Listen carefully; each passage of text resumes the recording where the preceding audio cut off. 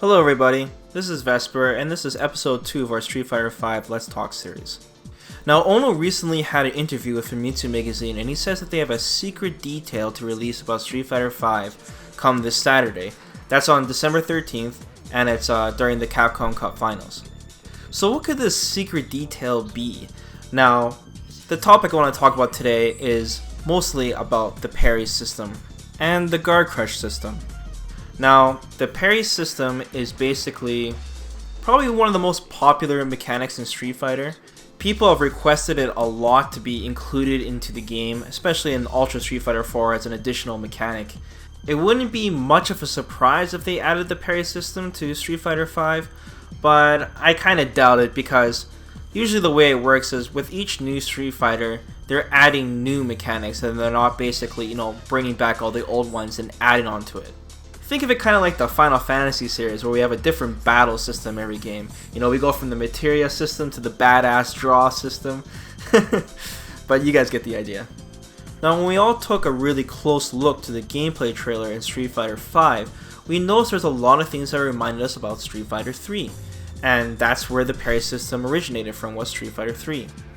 On top of that, they confirmed that the super that Ryu does in that trailer is the Denjin Hadoken, and that's exactly what Ryu says. And that is also from Street Fighter 3. Now the funny thing is that that super specifically must be parried. That super cannot be blocked, and can also be charged. So it's kind of like a hint that maybe the parry system is in Street Fighter 5. Now, the reasoning behind maybe why everyone wants the parry system to be in Street Fighter is because it's so entertaining to watch. And I think that most of the people, because there's a ton of casual players, not just hardcore players that want the parry system. The parry system is kind of known as like a complicated, like high skilled thing to do in the game, but it's actually easier. It's much easier than people think it is to do. But yeah, I think it's more from an entertainment standpoint that people want this back in the game, so when people watch high level matches, they can, relive the Daigo moment, that kind of shit. But what I think is a lot of people, they don't understand like what it does to the actual game, the meta. And there are some things that actually hinders to have the parry system in the game. It's not just something that has all pros and no cons, and that's something I want to go over in this video. So what the hell is a parry? I'm sorry guys, I have to briefly explain this for the sake of this video. A parry is basically when you deflect an attack without taking any damage at all. On top of that, you recover quicker than normal and you can launch your own counter attack. Now the twist is that you have to press forward, you have to tap forward, just before the incoming attack is about to hit you. So this is kind of risky because normally you would block an attack by holding back and you just hold it down with zero timing at all. But if you want to parry, you gotta leave yourself open for a short period of time, so that's where the skill part of it comes in. You can also parry low attacks by pressing down the same way you'd press forward, and you can also parry in the air. Now the cool part is you can actually parry and then parry again, so if the attack does multiple moves, let's say Ryu throws an EX Fireball. The EX Fireball does 2 hits, so when you parry it, you can't just parry it once because the second hit of the Fireball will hit you. So you have to parry it twice, so you go 1, 2. On top of all that, when you're parrying, the attacker, whoever is like attacking when you parry them, they're kind of slowed down, they're kind of lagged in time for a little bit, and it just allows an even bigger chance for you to counter them. So even with the projectile slows down when you parry it. Now the window to parry, I don't know the exact frames, I think it's somewhere around 10 frames to get the parry. That's actually a pretty big window. It was big in Third Strike, and I think it was a little smaller in CVS2, if my memory serves me right. Also, there's another thing in the game too. It's called, people call it like sloppy parry, but it's basically when you held down the stick and you accidentally parried, the window would be even smaller. Like Capcom put that in the game. Basically, it's just a deterrent so that you don't accidentally parry things that you weren't intending to parry. You have to commit. So when you tap the stick and you bring it immediately back to neutral, the window will be much larger because you're basically telling the game, I am trying to parry, basically. Now that the window is pretty big, like parrying a fireball, for example, that's quite easy to do. Anyone can do that. You see the fireball coming towards you and you just tap forward and you parry it just before it hits you. But when you're trying to parry a multiple amount of attacks, like I was bringing back with the EX Fireball, you're gonna have to know the rhythm of the attack that's hitting you. Everything has a different amount of speed where each time it makes contact with you. some things we have to parry very quickly, where you have to tap forward like crazy, and sometimes you have to parry very slowly. For example, let's say Akuma does a hurricane kick on you. Well, Akuma will swing his leg and you have to parry it once, and then the next leg is coming really slowly and you gotta pause for just a little bit, and you parry the second hit, and then the third hit. Things like that. So when you combine all this all together, you know, the short window to parry, the fact that you have multiple attacks that you have to parry sometimes. If we go back to the Daigo moment, what made that moment like such a big moment was the fact that Daigo had no health, okay? And J1 was using Chun-Li, and her super is super fast. In fact, it's so fast that Daigo actually had to press forward before the screen froze, before the super actually came out. If you go back to that footage, if you guys didn't know, just watch Daigo's Ken. He's actually moving back and forth really slightly. He's actually inputting the parry motion right there before the super comes out. Because if he didn't, let's say J1 did the super and he didn't tap forward, it would have been over. He would have got hit no matter what. On top of that, he had to parry, I think it was like 14 times in a row. It was 7 parries, slight pause, and then another 7 parries. I think it's like 16 hits with other characters, if my memory serves me right. Now, to do this under pressure, the fact that, you know, he had no choice but to parry, and the fact that he had to anticipate when J1 was doing the super. Honestly, I'm sure J1 looks back at that footage just like, why did I try doing that super? Because you see Daigo clearly pressing forward constantly. You could just, you know, whatever. But anyways, to do all those parries under pressure, because it requires discipline, you know, you have to press these all at the same timing. You know what I mean? He's not just mashing forward. He's going 1, 2, 3, 4, 5, 6, 7. Pause. 1, 2, 3, 4, 5, 6, 7. And then do the most damaging, punishing combo he can do. He literally jumped up and parried the last kick. And now that I just said that, it's more than 16 parries. But anyways, he jumps up and parries the last hit in mid-air just so he can squeeze in that jumping roundhouse, right? And I think it was like a crouching forward into a medium uppercut into the super, and he did max damage, and it was just enough to KO. So basically everything was perfect in that match, and even if you don't understand parry, even if you don't play fighting games, you can obviously tell some crazy shit was going on, and that was an intense moment. So this would be considered one of the pros of the parry system. It's the ability to always have a comeback factor. It's the ability to that if you read your opponent, you can always turn the tide of battle. Now, parries were first introduced in Street Fighter 3. Sorry if I mentioned that already, guys. I don't know if I repeated myself. And then they were introduced again in CVS 2. This was with the P-Groove system. Now, when you selected the P-Groove system, it wasn't as popular, I'd say. You didn't see too many people use it, and I don't think it really was because of the parry itself. I think it was because, from what I remember, the meter was actually really bad on the P-Groove system. But anyways, the window for parrying was actually smaller in that game too. Can someone correct me if I'm wrong? I'm pretty sure it was harder to parry in CVS 2. With that being said, if they introduced it in Street Fighter 5, how big would the parry window be? You know, would it be somewhere in between? Because, well, I'm going to get to that in a second about the cons of the parry system.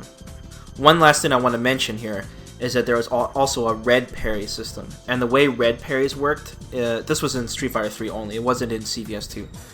The red parry system was when you're able to parry while in block stun. So, for example, let's say Ryu does his hurricane kick on you.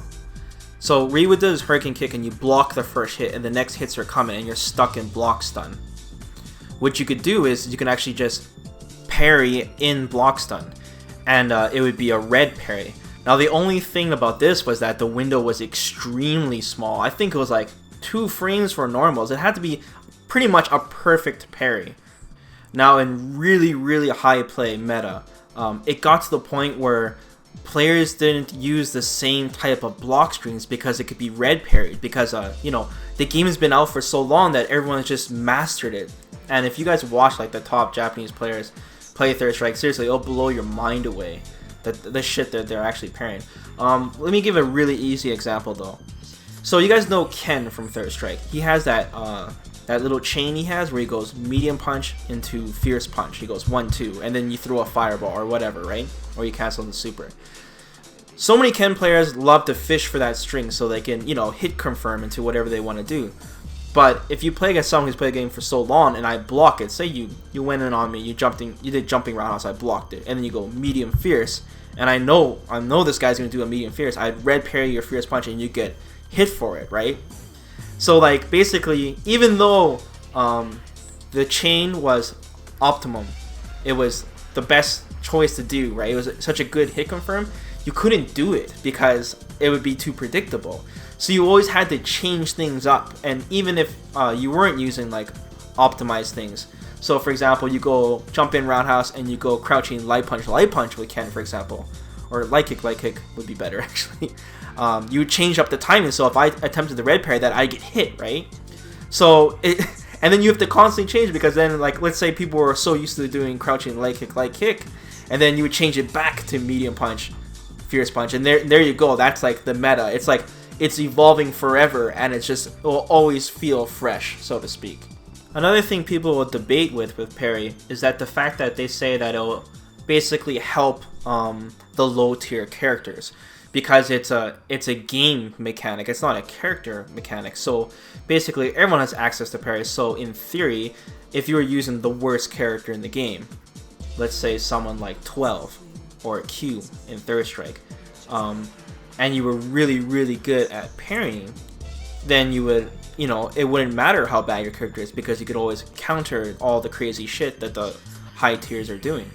And this actually has been proven with Kuroda, and I'm sure a lot of you guys know about him, but he uses Q. Actually, he uses everybody, but he mostly used Q, and he would beat all these high tier characters by just insane defense and understanding the game engine and using parry to his advantage.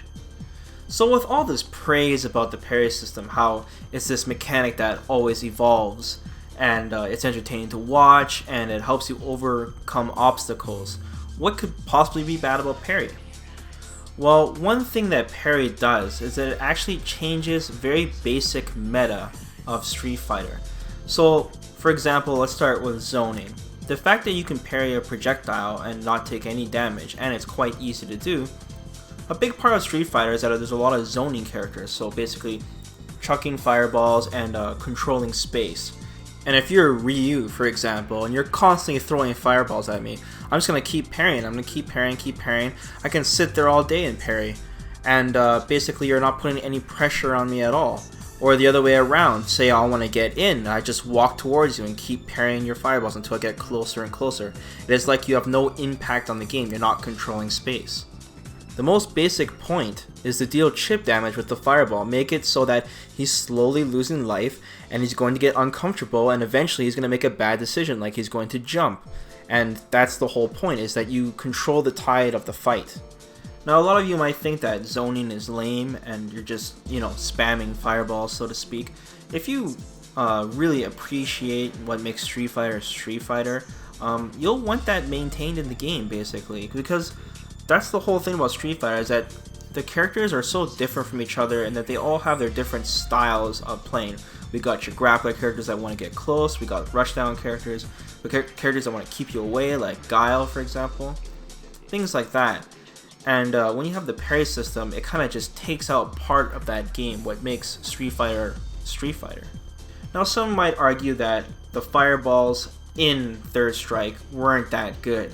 And that's true, there was a lot of recovery on like the fireball game in Third Strike in general, but then we got like the whole charge partitioning shit. I don't want to get into that. Now another common scenario as a result of the parry system, let's say for example that you're playing Ryu and I jumped in on you, and then you punished me with an uppercut, and then I parried it. I parried your uppercut in mid-air, and then I land and I punish you. Would you guys consider that fair? Because I took the risk of jumping, but on the other side, you were predictable and uppercutted me and I parried it. Now some of you might argue that, hey, maybe you shouldn't always be doing an uppercut at the same time. Maybe you should change it up by doing, for example, a standing light punch and using different normals as anti-airs to constantly change it. It's a constant argument that always comes up. It's basically an example of playing solid versus playing adaptive. Another thing about the parry system is that it undermines the footsie game. So basically, using your high priority normal attacks and controlling space that way You can't always just stick out your normals because the opponent can parry it basically. And instead of him trying to, I guess you would say, play ball with you, he would use it against you. Finally, the argument of low tier characters are having an advantage with the parry system to be able to beat high tier characters. What if you look at the other way around? What about the high tier characters that have the parry system? They're going to be able to smash the low tier characters even harder. That's another argument that's being made. And I haven't even scratched the surface yet with option select parries. Things like when you're doing a sweep, for example, a very basic option select is that when you do a sweep, instead of pressing down and roundhouse at the same time, you press down then roundhouse, because that way if someone did a low attack just before, you would parry, right? It's just got a little small option select, but there's even more complicated ones too.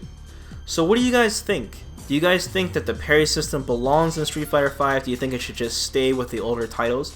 Would you guys like to see the parry system? Or we could have the parry system, but maybe change it a little, you know? Maybe make it so it doesn't affect the metal so hard. So for example, we can only parry certain attacks. Or maybe we can only parry in certain states. Things like that. I'd love to hear your thoughts on that, guys. Of course, I'm going to give you guys my own opinion on the parry system. I think it's like one of the most funnest mechanics ever created, and I think it's awesome. But I don't think it belongs in Street Fighter V. I think it just hinders the meta a little too much, and I think that it's better that we create new systems in the newer Street Fighter titles than just bringing in the old. But if parry is in Street Fighter V, it's not going to make me like, oh, I'm not going to buy the game now or anything like that. Of course, I'll adapt. Moving on, guys, let's talk about the second topic, which is the guard crush mechanic. Now, we've already seen in the first gameplay trailer of Street Fighter V that Chun-Li got guard crushed by Ryu.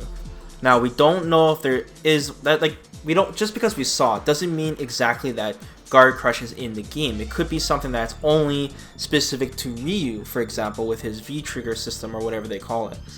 Maybe only his attacks can guard crush the opponent. So we don't know all the specifics yet. So the guard crush system was first introduced in Street Fighter Alpha 3. Could someone please correct me if I'm wrong about this? But anyways, you had a gauge that was right below your life bar, and every time you blocked an attack, the gauge would fill, and it would get to the point that when it was completely full, it would start blinking, and then the next attack that you blocked, your character would be momentarily open for an attack, dizzy I guess, but for a very, very short amount of time. The idea is that if your opponent is overly defensive and blocks too many attacks, he will get guard crushed. So it promotes basically aggressive play. It gives more options for the aggressor, and actually when you get guard broken, the gauge is actually smaller than it was before during that round, so it becomes even more like crazy if you continue to block thereafter. First, let's just start right off the bat with cons with this. What would be the bad parts about having this mechanic in your game? Well, one thing is, what if your character just is a really defensive character and he can't deal with this kind of shit? What if he doesn't have a good reversal? Let's say someone like, let's say Vega, for example. What if he can't deal with that kind of stuff, you know? It would be like a mechanic that works against that character. Even though I think Vega was like top tier in like all the games with Guard Crush. Another way to look at it is why would you punish a player for successfully blocking? I'm blocking your attacks. You're being predictable. You're the one who can't open me up. Why should I be punished for that? That's another debate that people could use. If you can't open me up, if you can't throw me or mix up your attacks, that's your own fault. So let's talk about the pros of the Guard Crush system. One thing is that it promotes proactive play. So basically, it's proactive between the aggressor and the defender. It puts the defender in a situation where he has to deal with it eventually. If you have someone stuck in the corner, for example, and the guard crush is just about to blink, the defender's gotta have to do something. He's gonna have to react, because if he just continues his game plan, he's eventually gonna get guard broken. Another cool thing about the guard crush system is that it would help you with your block strings, learning block strings, so to speak. So instead of just trying to do your old bread and butter and fishing for hit confirms all the time, you'd also think, well, what would be the best combination of attacks that I can do while he's blocking? So it adds like another layer to the game, so to speak. Your entire game plan could be revolved around guard crushing the opponent. I think I'm saying guard break and guard crush constantly, but you guys know what I'm talking about. I feel like the guard crush mechanic does affect the meta, but very slightly, not in an extreme way like parry does. Guard crush can also be used for defense characters too. Characters like Guile or Ryu or whatever can put pressure on you with constant fireballs and cause you to block, which would do two things: chip you down and cause your guard crush meter to fill up. I personally like the guard crush mechanic, and I hope it is in Street Fighter V. Let me know, guys, what you guys think. Do you guys want the guard crush system to be in Street Fighter V? And if not, why? That's it for today, guys. Thanks a lot for watching, and I hope that we continue this series. And if you guys have any suggestions for any topics that you guys want to discuss in the future, go ahead and leave me a comment below and I'll add it to the list. Thanks a lot, guys. See ya.